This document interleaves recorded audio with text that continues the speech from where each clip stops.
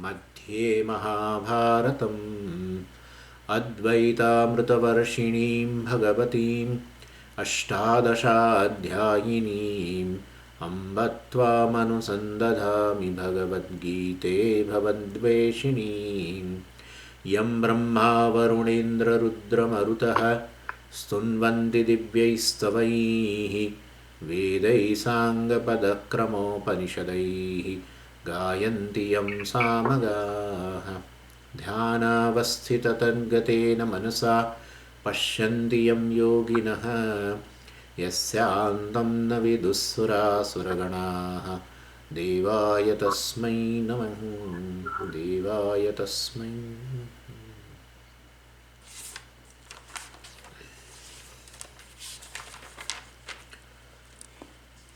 19th verse य एनं वेत्ति हन्तारम् यश्चैनं मन्यते हतम् उभौ तौ न विजानीतः नायं हन्ति न हन्यते. So we have seen Nayam Hanti na Hanyate. Atma is not a killer. Atma is not a subject of an action of killing. And Atma is one who is not killed also. Atma is not an object of an action of killing by somebody else. And therefore, Atma is neither a karta, neither bhokta. So this we have seen yesterday, and we have found out who is a karta, who is a bhokta. We have said initially we thought, this body etc. is a karta and body is a bhokta. But then we realized this body, even though wrong actions or good actions are done by the body, all the results this body cannot enjoy. Certain actions are done and this body, after the prarabdha is over, goes. Then who will enjoy the results of action? And simple law is one who does the action will experience the result of action. Yaha eva karta, yaha karta sa eva bhokta. And therefore the body cannot be karta, because after this body goes away, we get a new body and we experience the result of action of the previous life. Then definitely body cannot be the karta, because the body has the karmas have been done by previous body and now the results are experienced by another body, new body. Well, that cannot be the thing. Therefore body is not a karta, we have seen. Then Atma is a karta or not? No. Atma also cannot be karta, because any karta is basically a changing. Therefore there is always a modification in a karta. In fact, you first, before doing any action, in your mind you invite a particular knowledge before doing an action. Then desire arises for action. And then there is a resolve that I will do this action. All this is changed at the level of mind. And therefore, and same bhokta also is a vikari, because all the time he is experiencing his own prarabdha phala. And depending upon the prarabdha, sometimes he gets a light moments. I mean, he gets a happiness very, very, very feeble, and sometimes he gets an intense happiness also. Even the pain also is like that.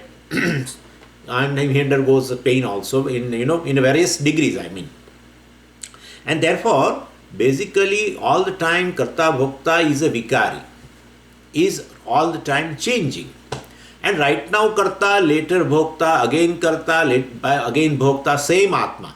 That itself also shows a change. Then if atma is changing, anything which is changing will perish. That's for sure. Because that is it is going to come in the next verse. Whatever is subject to change will definitely perish also. The perishing itself is a change. We have one vikara called maranam also. Therefore, jayate asti, vardate, etc. it is going to come in next verse. So definitely, and then one which perishes, Well, that is called anityam. Then Atma has been shown as a nityam. By Bhagavan himself has shown this Atma is nityam, and therefore Atma cannot perish. If Atma cannot perish, there is no change in the Atma, then it cannot be Karta Bhokta, and therefore body also is not a Karta Bhokta, Atma also is not a Karta Bhokta. And then we have seen that sense organs, if sense organs can be taken as a Karta or Bhokta or not. No, sense organs are just instruments in performance of an action. And then prana etc. also is helping in performance of action, because they provide the energy for the performance of an action.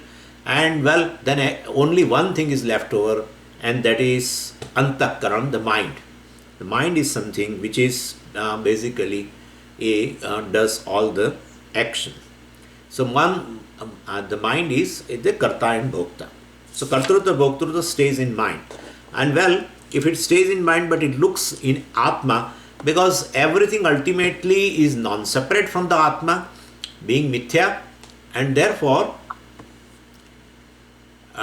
since it is mithya, people are still in the waiting room, so I will have to anyway, so that is how it looks to us. So since it is mithya, the attributes of the mind is superimposed upon the Atma. Being so proximate, mithya is so proximate to Satyam. Like the pot is so proximate to clay, wave is so proximate to water, and therefore the attributes of wave are superimposed upon the wave. Attributes of wave are superimposed upon water.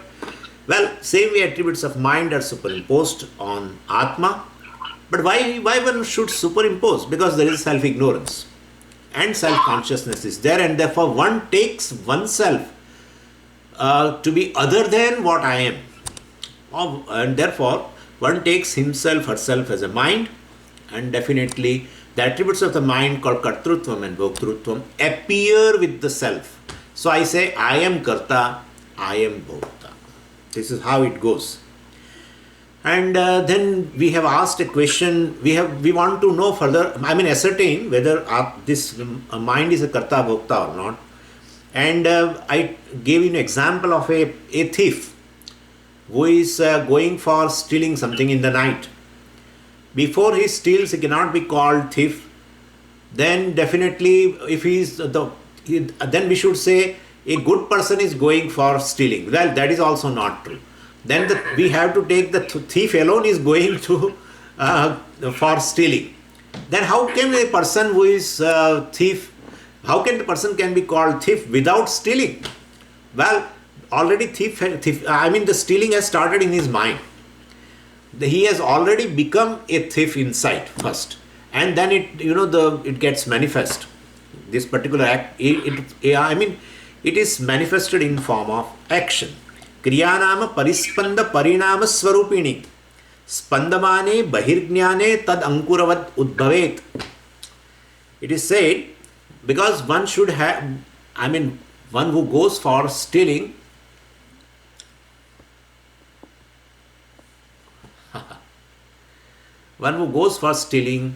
basically he should have a knowledge what to steal, how to steal, whether this particular place where he is going for stealing, whether those things are there or not. Skills he requires, and then definitely a desire to steal. Well, and then resolve, yes, tonight I will go and I will do that. Everything is there. And one who is having all this thing in his mind, definitely has become from inside a thief. He has already become a thief inside. And well, then Kriyanama Parispanda Parinama Swarupini, and then definitely it gets manifested outside. So that's how it is. All this knowledge, etc., knowledge, skill, and desire, and even the resolve to for stealing, etc., all this is nothing but a seed, and from there it manifests in the form of a sprout at the level of body, and then we call it as a thief. But inside already he has decided to steal something. So mind alone is karta and mind alone is bhokta. Swamiji, how can you say mind is bhokta? Because the bhoga, etc., the enjoyment, the play comes in form of pleasure and pain. Do you think pleasure and pain goes to the mind? Yeah, it goes to the mind. Ultimately, this is called pleasure or this is called pain is decided by the mind. Ultimately, it goes there. So, pleasure and pain, decision that this is called pleasure or pain is ultimately decided there. One who decides that this is pleasure, it becomes that. And therefore, mind decides that this is pleasure.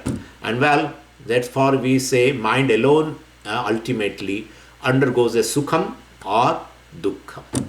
And that's how we know that our mind becomes sukhi or dukhi by gaining a certain situations, pleasurable and painful, etc., anything.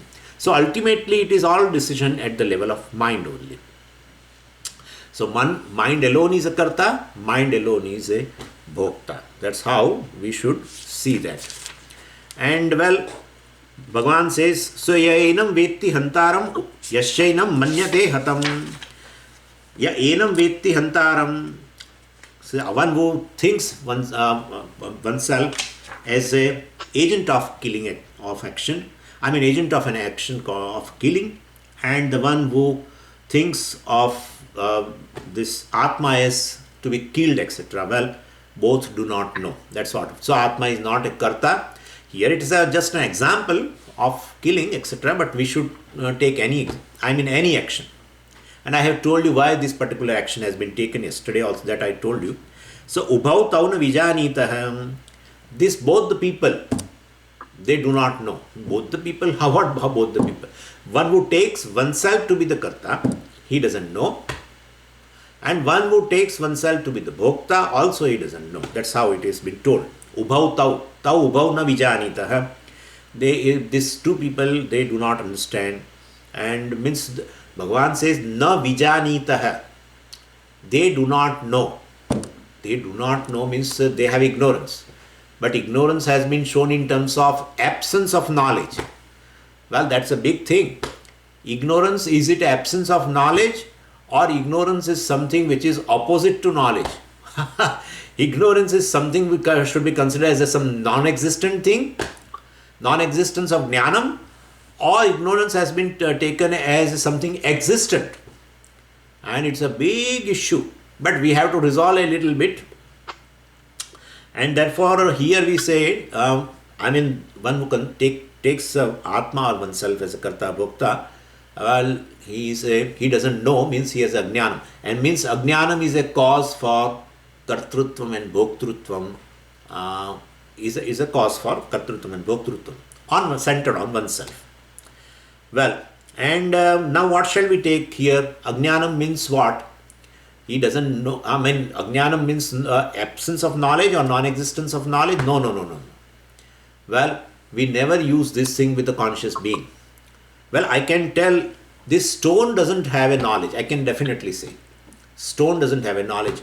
A wooden stick does not have a knowledge, etc. I can definitely tell. But I cannot tell that Swami, I cannot tell like that a stone has ignorance. Could you follow what I am saying? I can definitely say stone doesn't have a knowledge. Stone doesn't, or this wooden stick doesn't have a knowledge. Well, that's correct.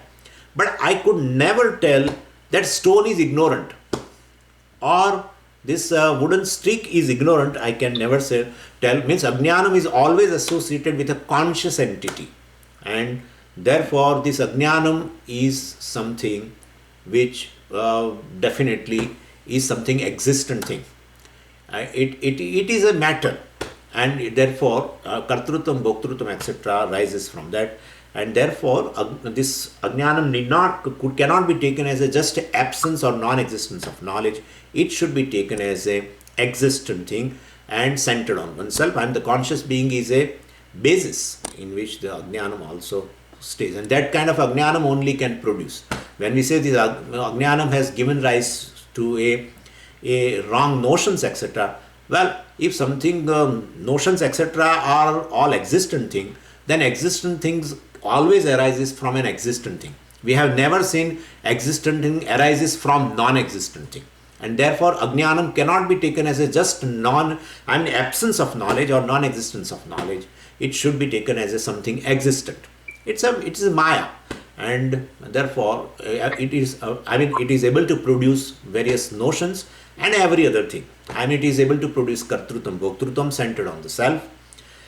And of course, what is produced will be mithya. Out of ajnanam, whatever is produced, that is mithya. That's all right. But it is produced. Mithya means not non-existent. Mithya means seemingly existent. But it is there. Well, and also Bhagavan has said in Bhagavad Gita, ajnanena avrutam jnanam. Ajnanena. By this ignorance, this jnanam, etc., means the knowledge pertaining to the self or the nature of the self is as though covered by this ignorance. Then definitely this ajnanam is not non-existent thing. That which can cover something must be existent thing. And therefore, we should know this much. This is sufficient for us. Ajnanam means not just absence of knowledge. Ajnanam is something existent. Whatever it is, we need not go into that because that's a maya, it's an anirvachaniyam thing. But something exists.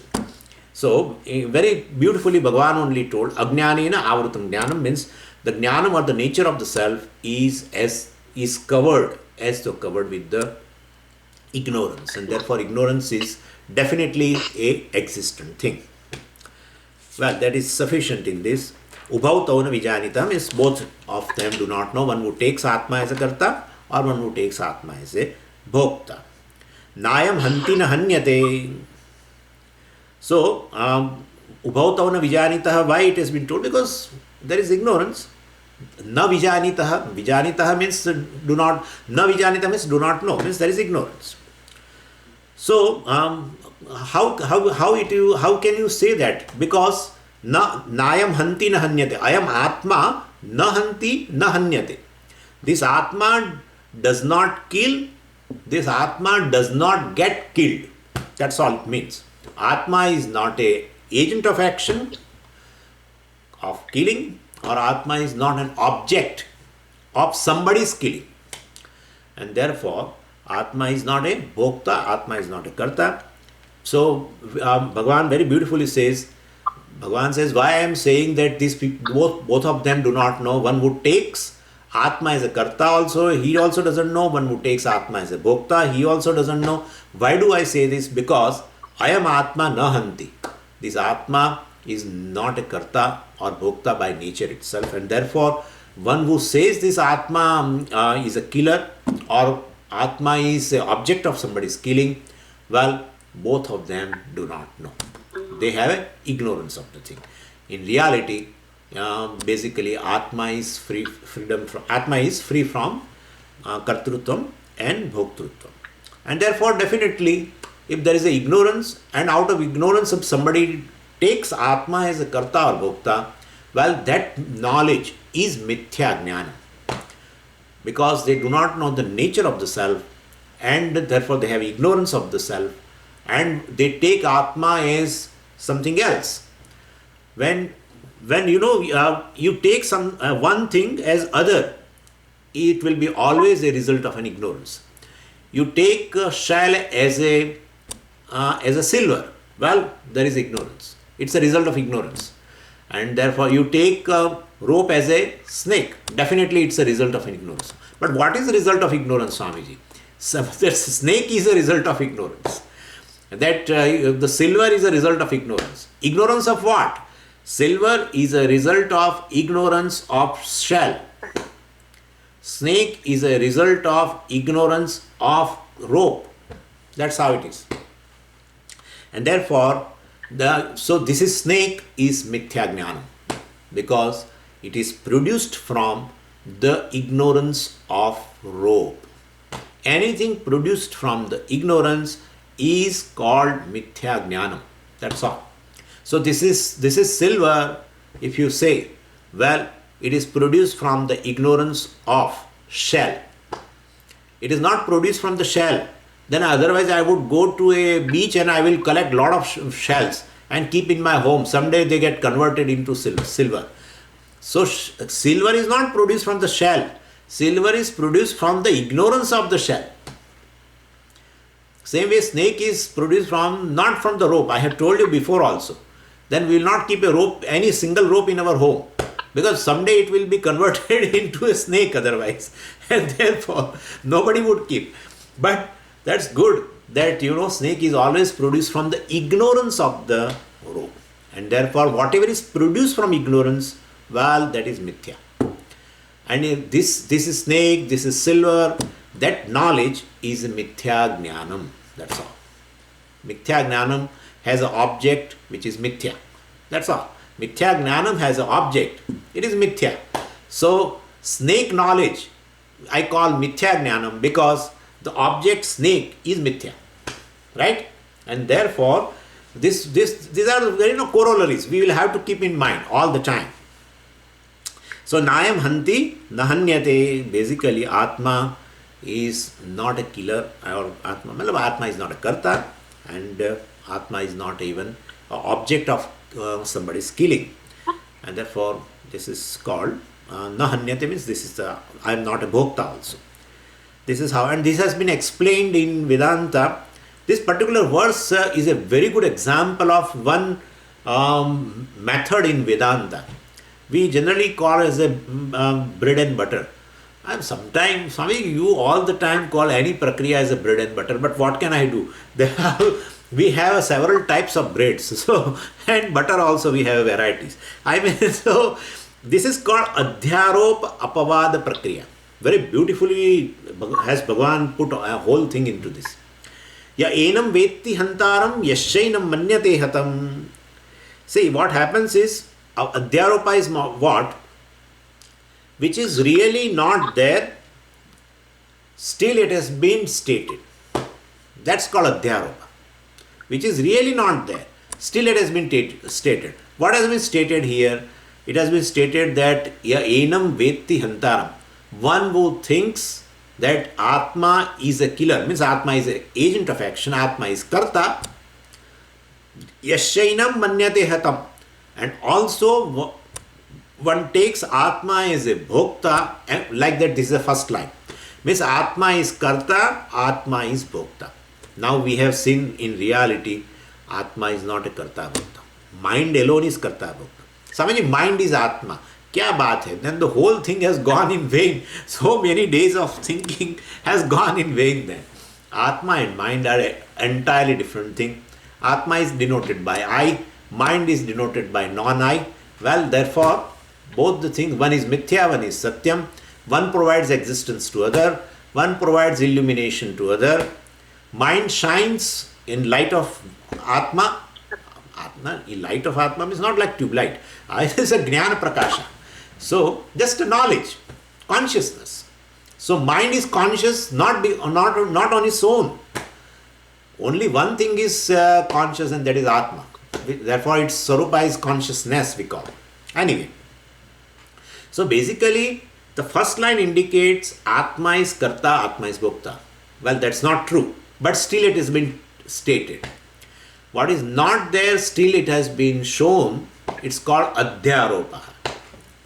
Adhyaropa means you superimpose, which is not there. What you superimpose here? Kartrutvam and bhoktrutvam. On what? On Atma, which is not there, really speaking. And therefore that's called Adhyaropa. And the next line Bhagavan says, well, Nayam Hanti Nahanyate. Atma is not a karta, Atma is not a bhokta. That's called Apavada. Apavada means negation. First is superimposition, and the second line indicates negation, Adhyaropa Apavada. And Adhyaropa Apavada, by that one, but why should we do this superimposition? Shruti is not superimposing Kartrutva and Bhoktrutva on Atma. Please understand this. Adhyaropa is already there. One who goes to the Shastra has already done Adhyaropa on oneself. That's a self-confusion. Taking oneself as a Karta and Bhokta. That is a self-confusion. So just Shruti is just restating. Let's say it's a restatement. What you already say about it. Then why should there be a restatement? Because if they tell at the very first place that, well, Atma is not Karta and Bhokta, then the person would not be ready to accept. So, Shastra has a tendency, they go along with you for some time, take you in confidence, and then then releases. If you are, once you fall, once you come in their domain, then definitely they will tell you that this is not so. That's how people sometimes say, this jagat is not there in all the three periods of time. Tino kaal mein jagat nahi hai. And then the person gets, totally confused. So this will not work. So this is how it has been shown, Adhyaropa and Apvada. And by this particular method, the real nature of Atma, the nature of Atma as such, not real nature, the nature of Atma is revealed to us. This is called, so this verse, well, of course it is from Kathopanishad, and here Bhagavan has, in the initial portion of the Bhagavad Gita itself, Bhagavan has quoted this verse, and therefore this is meant for removing the sorrow. Swamiji, how can it remove the sorrow? The major portion of our sorrow is born of taking the self as a karta. Once you take yourself as a karta, then sorrow will always arise from certain commission, or sorrow will arise from certain omission. It is going to arise. Why did not I do this thing in my life? Or why did I do this thing in my life?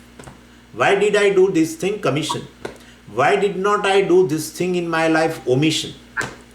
And so omission and commission of action will be, those actions of omitting or committing something centered on the karta, and karta is centered on the self, and therefore you take yourself as a karta of all these actions of omission and commission, and it will create a guilt. Most of the people, so-called sane people, also have a tremendous amount of guilt, and they cannot come out. It will corrode their life all the time. People even repent after many years that why did I take that decision at that moment of time? Well, it was a past 25 years ago. Still the person repents. Person repent for marriage, person repent for buying a house, person repent for buying a car, person repent for having a relationship with somebody else, person repent for certain friendship, person repents even for making new enemies also. Or why should I have, I would not have said that day, otherwise this kind of, he has become enemy and he is now, trying to destroy us. And so much. One cannot remain free from the guilt if one takes oneself to be the karta. The major portion of our sorrow in our life is born of this erroneous notion. It's an erroneous knowledge, mithya jnanam, that I am karta, I am bhokta. Reality is just mind is a karta, mind is a bhokta. But mind being so close to self, so close as a pot is close to clay. That's all. That's all. Whenever I say anything regarding closeness between Atma and Anatma, always take this example. Pot, clay. Or our standard other example is wave, water. Well, that's wave and water. Anyway, so close. And therefore, there is always a possibility of taking one as other. There will be there. And that will arise only when there is a self-ignorance also there. And therefore, self-ignorance is there all the time. And so from birth onwards, everyone takes, after a few years, of course, not from the birth as such, after 2 years, the ego starts, manifesting in life. And that's then these things start. So, guilt. And once you take yourself as a bhokta, or object of somebody's action, well, you will have hurt also. He does something, you get hurt. This will happen. This will definitely happen. He does he speaks certain words and I feel hurt. He does insult and I feel hurt. He speaks good words and I feel elevated. Whatever it is. Ultimately, once you take yourself as a bhokta, once you take yourself as an object of somebody's action, when you do some actions, and if you omit something, well, you will have a guilt, or you commit something, you will have a guilt. Once you become object of somebody's action, you will have a hurt. You get hurt, and guilt and hurt, definitely it is the major portion of sorrow in one's life. Therefore, Bhagavan, in the initial portion of the Bhagavad Gita himself, in the Bhagavad Gita itself, he says this because his pratignya vakyam is ashocyananva shochastam.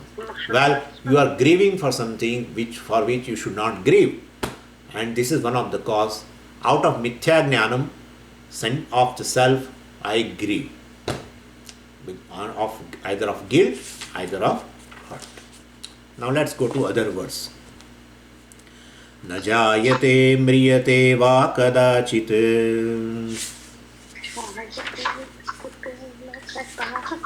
नायं भूत्वा भविता वा न भूयः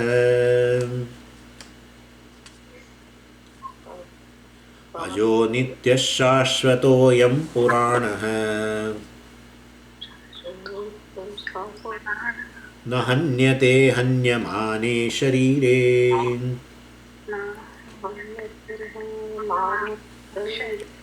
Even this verse also is from Kathopanishad. And little difference is there. I will tell you what is in Kathopanishad. Na jayate mriyate va vipashit. That's a change. Here Bhagavan uses the word kadachit. There it is vipashit. Na jayate mriyate va vipashit. Nayam kutaschinna babhuva kashit. Well, there also there is a little difference. Ajo nitya shashvatoyam puranaha. That is same. Na hanyate hanyamane sharir. That part also is same. And you must have seen here I chanted differently compared to the previous verse. Because in previous verse, the meter of that verse was Anushtup Chandaha. And Anushtup Chanda, in there are 4 padas, 4 sections.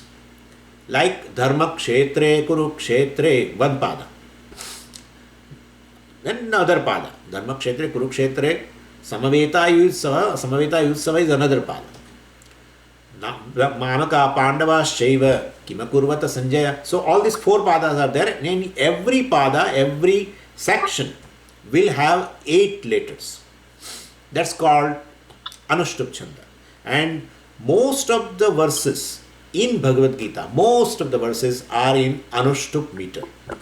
But this particular verse is in Trishtup meter. In Trishtup, so the variety, this speciality of Trishtup is, 4 sections are there in a verse. 4, they are called padas. So 4 sections are there. Each section has 11 letters. That's the difference between Anushtup and Trishtup. Anyway, and Mahabharata and Ramayana generally follow Anushtup meter. And in Bhagavad Gita also they follow. Even our Vishnu Sahasranama also is in Anushtup meter. And now here, this particular verse, we have to see why this has been introduced here.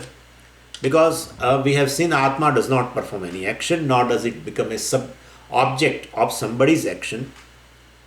Because it is unchanging. I have told you because if any Atma is a Karta or Bhokta, definitely it undergoes a change. Like right now, I am a Bhokta, I am just receiving information, etc.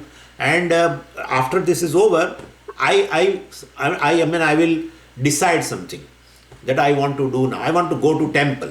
Well, that's a change. That's not right now, it is there in the mind. And that has arisen before because of that resolve has arisen because of a desire. Well, that desire of going there is also right now not there. It will arise at that moment after this class is over. So that has brought a change in a conscious being. So I mean, if one considers oneself as a karta, definitely, because then one will undergo a change. Bhokta also will undergo a change, and bhokta undergoes a change is very, very evident. You see the person and you can tell the person is in mood or not, and that too in a great mood or just a simple mood, or in a great pain or with a less pain. Everything you can tell. So that shows it is changing. Bhokta also is changing all the time. Karta also is changing all the time. And definitely, when if Atma is not a karta or bhokta, there is no change in Atma. So this is what it has been told. For action to take place, for action to occur, definitely karta undergoes a change. For a result of an action to be experienced, Atma or the bhokta undergoes a change. And well, Atma is nitya, and therefore it doesn't have any change. Any change will definitely it will get destroyed also, and it becomes anitya also. And therefore, so Bhagavan wants to show how come Atma does not undergo any change. He is going to elaborate here in this verse. There it's, of course, we have taken it on our own, that if Atma is karta bhokta, then there will be a vikara, or there will be a change, modification in the self, etc. But what is the nature of Atma, so that you can say that it doesn't undergo a change? We will have to see that. And the 6 things are there. Maharshi Yaska has told 6 things regarding the body, that it undergoes change of 6 types. And Atma is free from all the 6 changes. And therefore Atma is nirvikara, changeless, without modification. We have to see that way. What are the 6 changes? We will have to see one by one. So first is Jayate. I will tell you first, enumerate the 6 changes. Jayate, Asti, Vardhate, Viparinimate, Apakshiyate, Nashyati. So Jayate first is the first change. Jayate means, you understand very well. Jayate means he is born. Is born. That they call it as a bhava vikara. Vikara means a modification. Bhava vikara means what is existent thing undergoes the 6 type of changes. So abhava will not have any change. Right? Abhava will not have any change. Non-existent thing will not have any change. So therefore bhava vikara they call. Anyway, whatever is there, in that there is a vikara takes place. Bhava means there is something in which the 6-fold changes are there. Like the fruit is there, undergoes a change. It decays, etc.